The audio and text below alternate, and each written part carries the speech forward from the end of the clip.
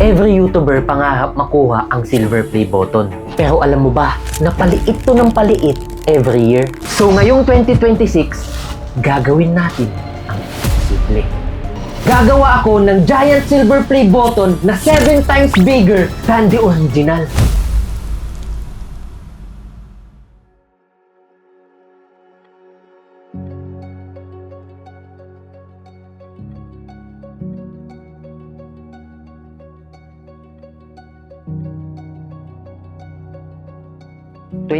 Nung nagsimula ako sa YouTube na may pangarap. Busy pa rin tayo. Akala nyo lang wala akong ginagawa. Kita nyo naman, no, nag-i-edit tayo ngayon. Medyo hindi pa siya tapos. Yan, no, ginagawa ko. Nais lang namin iparating sa'yo na ang galing mo sa mga ginagawa mong videos. Kahit walang nanonood. Okay? Uy, na-reach ko na ang 10,000. Gusto ko pa ng 20, 30, 40, 50, 60, 70, hanggang 1 million. So, aabot din tayo dyan sa 1 million na yan. And after 7 years of upload, Grabe rin pala yung mga pinagdaanan ko. Puyat, gastos, kabaliwan ng pag-iisip ng ideas, at kung saang-saang lugar na ako napadpad para lang makagawa ng mga videos na maipagmamalaki ko. finally, Hanggang sa dumating na ang bunga ng lahat ng sakripisyo ko. ooh, silver play button guys, presented to Wesley for passing 100k subscribers. Habang tinitignan ko ito, may napansin ako. Bakit ang liit? Parang mas maliit to kaysa dati. Para bang unfair, hindi mo feel yung award na na-achieve mo. Dahil maliit itong silver play button na natanggap ko. Agad-agad kami bumili ng materyales na gagamitin sa project na ito. Ito na guys! Let's go! Sinukat ko na ito 7 times larger sa original size ng play button. Nalinyana natin, magkakat na tayo. I'm not a joyride, a hit and run. I thought I loved you and you thought I was fun. Galing ko talaga! Nabawasan siya ng 0.36 calories. Inisketch ko na yung guidelines ng YouTube logo dahil kailangan natin ito butasan mamaya. Bubutasan na natin itong gitna niya. At nung bubutasan na namin ito, ayaw makisama nung driller sa akin. Lubag na. Tagal mo kasi mag-intro, yan tulad. Pwede naman. Malas ka talagang tao ka, boy. Seryoso ba? Ayaw ko. Kumagi ka, tingin mo. Oo, ikaw, oo. Ba't ganun? Baka mali lang. Ano nga? Okay, meron na tayong bagong battery. Gumamit na kami ng electric saw para mas mabilis. Okay lang kahit di perfect dahil babawasan na lang namin unti-unti ito mamaya. Ito na guys, nabutas na itong play button natin. Day 2, ituloy na natin yung play button natin. Nilabas ko na ito para kikilan ang gilid para maganda talaga ang pagkakahuluma niya. Kaso, Hirap. mukhang aabutin ako ng 2 linggo. Kaya gumamit na lang ako ng cutter na mas kontrolado ko. Mas matibay pa tong cutter kaysa sa mga... Ayan, niliha ko na lang siya unti para makinis tignan. Grabe, nakaka-satisfy.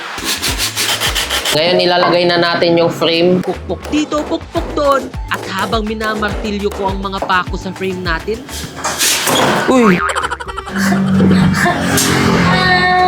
madali lang naman ito gawin kaso nakakainis kasi Ang sakit sa tenga! Sorry sa mga kapitbahay namin dyan. Shout out sa inyo. Ang ingay no oras na, 7 p.m. na. May nagpupok-pok pa rin.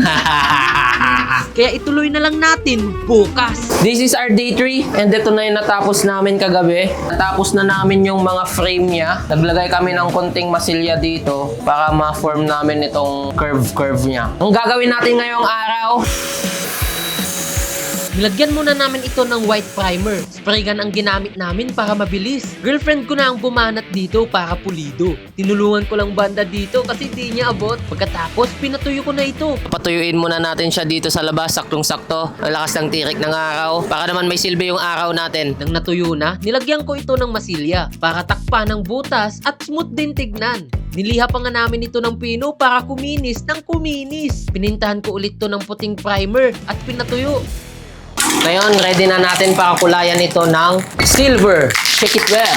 Ako na yung mag-i-spray kasi ayaw daw ni Artea. Ayaw mo? Ayoko. Nagahawak na lang ako ng ilaw. Go. Yan ko po. By the wayside, babe. Just trying to get out of this place. Can't forget the words you'd say. Habang ginagawa ko itong giant silver play button, bigla akong napahinto. Kasi sa totoo lang, hindi ko alam kung dapat ba akong maging masaya nung araw na naabot ko ang 100k subscribers.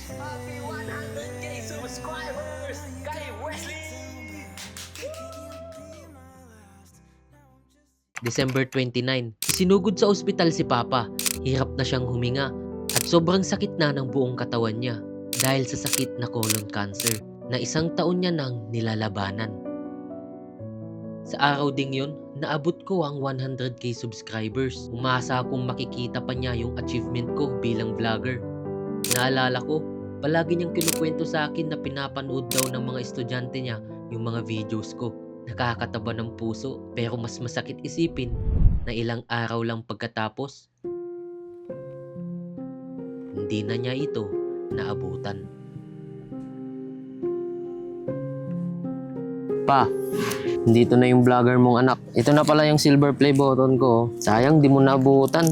Naalala ko nung 2018 nagsisimula pa lang ako mag-vlog. Kaka-graduate ko pa lang ng architecture nun. Halos din ako pumasok sa apprenticeship ko. Lagi akong absent para lang makapag-video. Naalala ko, tinanggal ko pa yung kama. Yung kama ko doon sa kwarto para lang magkaroon ako ng space na pag-videohan doon sa kwarto. Tapos nakita mo ako, gabi-gabi natutulog na lang ako doon sa sahig. Kinabukasan, bumili ka ng foam. Bumili ka ng foam para sa akin. Sabi mo para may tutulugan ako. Di ba? Naalala ko pa yon. Doon pa lang parang sinuportahan mo na ako. After 7 years, nakuha ko din ito.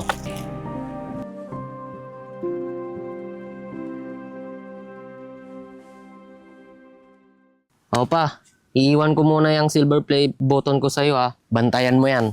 Kasi gagawa muna ako ng giant silver play. Today is our day 4 and nakita nyo naman tapos na natin yung katawan ng silver play button natin. Kung makikita nyo, kuhang-kuha talaga niya yung kulay ng silver play button. Diba? Kung agree ka, mag-subscribe ka na! And ngayon, gagawin naman natin yung triangle dun sa logo ng YouTube. Makapal na plywood yung ginamit ko para sa triangle sa gitna. Nilagari ko na ito ng mabilisan para matapos na.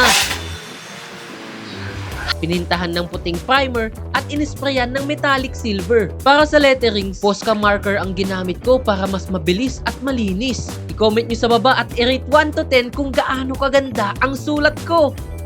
And for the last move, nilagay ko na yung salamin. Inipit ko lang yan sa screw at nilagyan ng tali. Lagyan natin siya ng tali para siguradong hindi mababasag yung salamin natin. Kasi yung mahal ng salamin natin, 8,000 pesos yan. At di na talaga mahuhulog yan. O diba, bongga? Ang panghuli, itong triangle.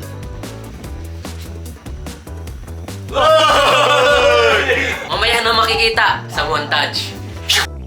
Pero bakit nga ba pinaliit ni YouTube yung silver play button? YouTube changed designs over the years para maging mas slick at cost-effective. Pero hindi ibig sabihin na mas mababa yung achievement. Classic silver play button noon, bigger kasi traditional pa yung design. Ngayon, mas compact, practical for shipping worldwide para mas maraming creators ang makaka-receive agad-agad. Parang sa akin, na-receive ko agad. Tignan mo. Ito ang aking silver play button. Ang liit niya, di ba? Pero gumawa ako ng giant silver play button! 100K! 100K! 100K! 100K!